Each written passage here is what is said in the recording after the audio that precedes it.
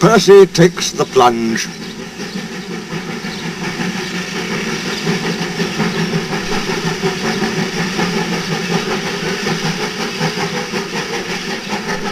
Sometimes Percy takes stone trucks to the other end of the line. There he meets engines from the other railway. One day, Henry wanted to rest in the shed, but Percy was talking to some tank engines. "It was raining hard. Water swirled under my boiler. I couldn't see where I was going, but I struggled on. Ooh, Percy, you are brave." "Well," said Percy modestly, "it wasn't anything really. Water's nothing to an engine with determination." "Tell us more, Percy," said the engines. "What are you engines doing here?" hissed Henry. "This shed is for the Fat Controller's engines. Go away." "Silly things," Henry snorted. "They're not silly." Percy had been enjoying himself. He was cross because Henry had sent them away. "They are silly, and so are you. Water's nothing to an engine with determination. Pah!" "Anyway," said cheeky Percy, "I'm not afraid of water. I like it." He ran away singing, "Once an engine attached to a train was afraid of a few drops of rain." Percy arrived home feeling pleased with himself. "Silly old Henry," he chuckled. Thomas was looking at a board on the quay. It said, "Danger." "We mustn't go past it," he said. "That's orders." "Why?"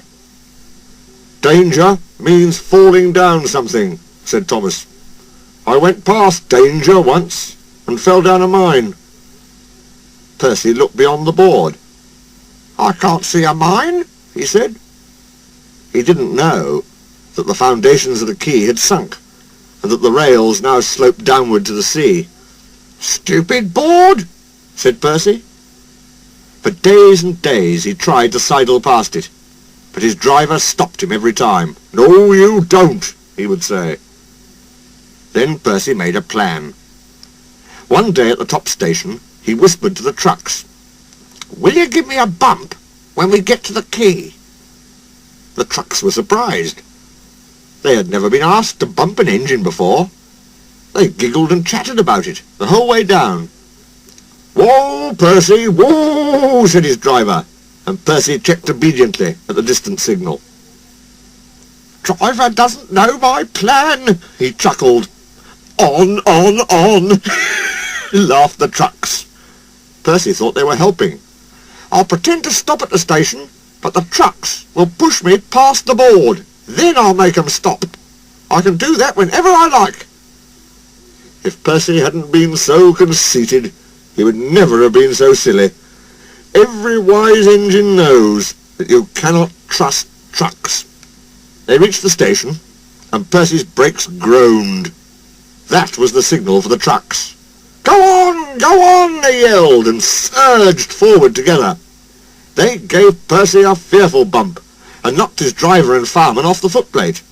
"Ow!" said Percy, sliding past the board. The day was misty, the rails were slippery, his wheels wouldn't grip. Percy was frantic. "That's enough," he hissed. But it was too late. Once on the slope, he tobogganed helplessly down, crashed through the buffers, and slithered into the sea. "You are a very disobedient engine." Percy knew that voice. He groaned. The foreman borrowed a small boat and rowed the Fat Controller around. "Please, sir, get me out, sir. I'm truly sorry, sir." "No, Percy, we cannot do that till high tide. I hope it will teach you to obey orders." Yes, sir." Percy shivered miserably. He was cold. Fish were playing hide-and-seek through his wheels. The tide rose higher and higher. He was feeling his position more and more deeply every minute. It was nearly dark when they brought floating cranes, cleared away the trucks and lifted Percy out. He was too cold and stiff to move by himself, so he was sent to the works next day on Henry's goods train. "Well, well, well," chuckled Henry. "Did you like the water?" "No." "I am surprised. You need more determination, Percy. Water's nothing to an engine with determination, you know. Ha ha! Perhaps you'll like it better next time." But Percy is quite determined that there won't be a next time.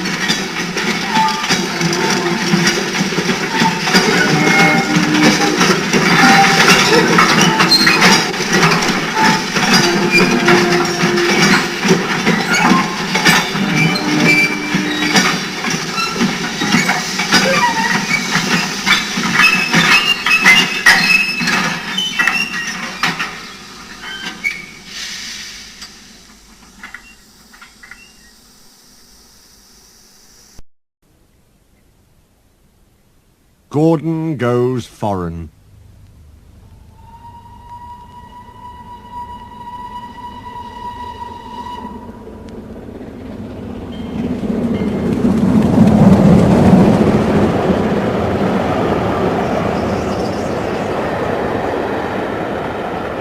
Lots of people travel to the big station at the end of the line. Engines from the other railway sometimes pull their trains. These engines stay the night and go home next day. Gordon was talking one day to one of these. "When I was young and green," he said, "I remember going to London. Do you know the place? The station's called King's Cross." "King's Cross?" snorted the engine. "London's Euston. Everybody knows that." "Rubbish," said Duck. "London's Paddington." "I know. I worked there." They argued till they went to sleep. They argued when they woke up. They were still arguing when the other engine went away. "Stupid thing," said Gordon crossly. "I've no patience." "Stupid yourself," said Duck. "London's Paddington. Paddington, do you hear?" "Stop arguing," James broke in. "You make me tired. You're both agreed about something anyway." "What's that?" "London's not Euston," laughed James. "Now shut up." Gordon rolled away, still grumbling. "I'm sure it's King's Cross. I'll go and prove it." But that was easier said than done. London lay beyond the big station, at the other end of the line. Gordon had to stop there. Another engine then took his train. "If I didn't stop," he thought, "I could go to London." One day he ran right through the station. Another time he tried to start before the fireman could uncouple the coaches. He tried all sorts of tricks, but it was no good. His driver checked him every time. "Oh dear," he thought sadly, "I'll never get there." One day he pulled the express to the station as usual. His fireman uncoupled the coaches, and he ran on to his siding to wait till it was time to go home. The coaches waited and waited at the platform, but their engine didn't come. A porter ran across and spoke to Gordon's driver. "The inspector's on the platform. He wants to see you." The driver climbed down from the cab and walked over to the station. He came back in a few minutes looking excited. "Hello," said the fireman. "What's happened?" "The engine for the express turned over when it was coming out the yard. Nothing else can come in or out. They want us to take the train to London. I said we would if the Fat Controller agreed. They telephoned, and he said we could do it. How's that?" "Fine," said the fireman. "We'll show them what the Fat Controller's engines can do." "Come on," said Gordon. "Let's go." He rolled quickly over the crossings and backed onto the train. It was only a few minutes before the guard blew his whistle, but Gordon thought it was ages. "Come on! Come on!" he puffed to the coaches. "Come on, come on, come on, come on, come on, come on, come on! We're going to town, we're going to town," sang the coaches. Slowly at first, then faster and faster. "We're going to town, we're going to town, we're going to town, we're going to town." Gordon found that London was a long way away. "Never mind," he said. "I like a good long run to stretch my wheels." But all the same, he was glad when London came in sight. The Fat Controller came into his office next morning. He looked at the letters on his desk. One had a London postmark. "I wonder how Gordon's getting on," he said. The station master knocked and came in. He looked excited. "Excuse me, sir, have you seen the news?" "Not yet, why?" "Oh, just look at this, sir." The Fat Controller took the newspaper. "Good gracious me," he said. "There's Gordon. Headlines, too. Famous engine at London station. Police called to control crowds." The Fat Controller read on, absorbed. Gordon returned next day. The Fat Controller spoke to his driver and fireman. "I see you had a good welcome in London." "We certainly did, sir. We signed autographs till our arms ached, and Gordon had his photograph taken from so many directions at once that he didn't know which way to look." "Good," smiled the Fat Controller. "I expect he enjoyed himself. Didn't you, Gordon?" "No, sir, I didn't." "Why ever not?" "London's all wrong," answered Gordon sadly. "They've changed it. It isn't King's Cross any more. It's St. Pancras."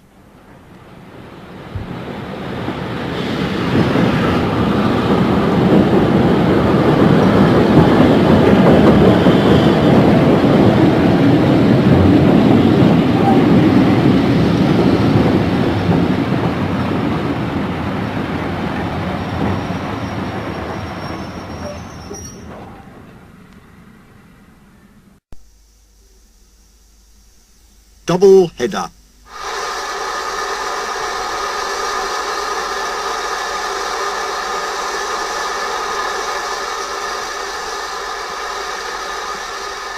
The Fat Controller gave Gordon a rest when he came back from London. He told James to do his work. James got very conceited about it. "You know, little Toby," he said one day, "I'm an important engine now. Everybody knows it. They come in crowds to see me flash by. The heaviest train makes no difference. I'm as regular as clockwork. They all set their watches by me. Never late, always on time. That's me." "Says you," replied Toby cheekily. Toby was out on the main line. The Fat Controller had sent him to the works. His parts were worn. They clanked as he trundled along. He was enjoying his journey. He was a little engine, and his tanks didn't hold much water, so he often had to stop for a drink. He had small wheels, too, and he couldn't go fast. "Never mind," he thought. "The signalmen all know me. They'll give me plenty of time." But a new signalman had come to one of the stations. Toby had wanted to take Henrietta, but the Fat Controller had said, "No! What would the passengers do without her?" He wondered if Henrietta was lonely. Percy had promised to look after her, but Toby couldn't help worrying. "Percy doesn't understand her like I do," he said. He felt thirsty and tired. He had come a long way. He saw a distant signal. "Good," he thought. "Now I can have a nice drink and rest in a siding till James has gone by."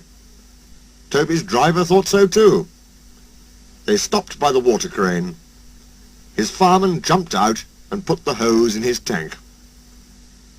Toby was enjoying his drink when the signalman came up. Toby had never seen him before. "No time for that," said the signalman. "We must clear the road for the express." "Right," said the driver. "We'll wait in the siding." "No good," said the signalman. "It's full of trucks. You'll have to hurry to the next station. They've got plenty of room for you there." Poor Toby clanked sadly away. "I must hurry, I must hurry," he panted. But hurrying used a lot of water, and his tanks were soon empty. They damped down his fire and struggled on, but he soon ran out of steam and stood marooned on the main line, far away from the next station. The fireman walked back. He put detonators on the line to warn James and his driver. Then he hurried along the sleepers. "I'll tell that signalman something," he said grimly. James was fuming when Toby's fireman arrived and explained what had happened. My fault, said the signalman. I didn't understand about Toby. No, James, said his driver. You'll have to push him. What? Me? Snorted James. Me? Push Toby and pull my train? Yes, you. Shan't. The driver, the fireman, the passengers and the guard all said he was a bad engine. All right, grumbled James. He came up behind Toby and gave him a bump. Get on, you, he said crossly. James's driver made him push Toby all the way back to the works. It serves you right for being cross, he said. James had to work very hard, and when he reached the workstation he felt exhausted. Some little boys ran along the platform. "Pooh," said one, "the express is late. A double-header, too. Do you know what I think? I think," he went on, "that James couldn't pull the train, so Toby had to help him." "Caw," said James, and disappeared in a cloud of steam.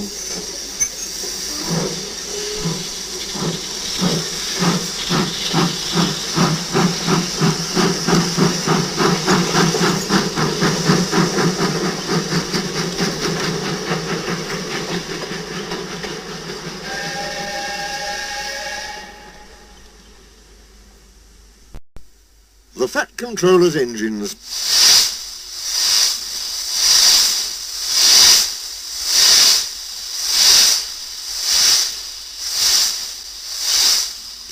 One evening, Thomas brought his last train to the junction. He went for a drink. "I'm going to the big station," he said to Percy and Toby. "So are we," they answered. "Do you know," Percy went on, "I think something's up." Toby looked at the sky. "Where?" "Down here, silly," laughed Thomas. "How," asked Toby reasonably, "can something be up when it's down?" "Look," said Thomas excitedly. "Look!" 7 engines from the other railway were coming along the line. "Hello, Ginty," whistled Percy. "Hello, Pug. They're friends of mine," he explained. "I don't know the others." Ginty and Pug whistled cheerfully as they puffed through the station. "What is all this?" asked Thomas. "The Fat Controller's got a plan," answered his driver, "and he's going to tell it to us. Come on." So they followed to the big station at the end of the line, where all the engines had gone. The Fat Controller was waiting for them there. "The people of England," he said, "read about us in the books, but they do not think that we are real." "Shame!" squeaked Percy. The Fat Controller glared. Percy subsided. "So," he continued, "I am taking my engines to England to show them. Hurrah, hurrah, hurrah, hurrah, hurrah!" The engines whistled. The Fat Controller held his ears. "Silence!" he bellowed. "We start the day after tomorrow at 8 a.m. Meanwhile, as these engines have kindly come from the other railway to take your place, you will show them your work tomorrow." Next day, as Annie and Clarabelle were going to England too, Thomas and Ginty practised with some other coaches. Thomas was excited. He began boasting about his race with Bertie. "I whooshed through the tunnel and stopped an inch from the buffers, like this. Crash!" The buffers broke. No one was hurt, but Thomas's front was badly bent. They telephoned the Fat Controller. "I'll send up some men," he said, "but if they can't mend Thomas in time, we'll go to England without him." Next morning, the engines waited at the junction. Toby and Percy were each on a truck, and Duck had pushed them into place behind Edward. Henrietta stood on a siding. The Fat Controller had called her a curiosity. "I wouldn't dream of leaving you behind," he said. "I'll fit you up as my private coach."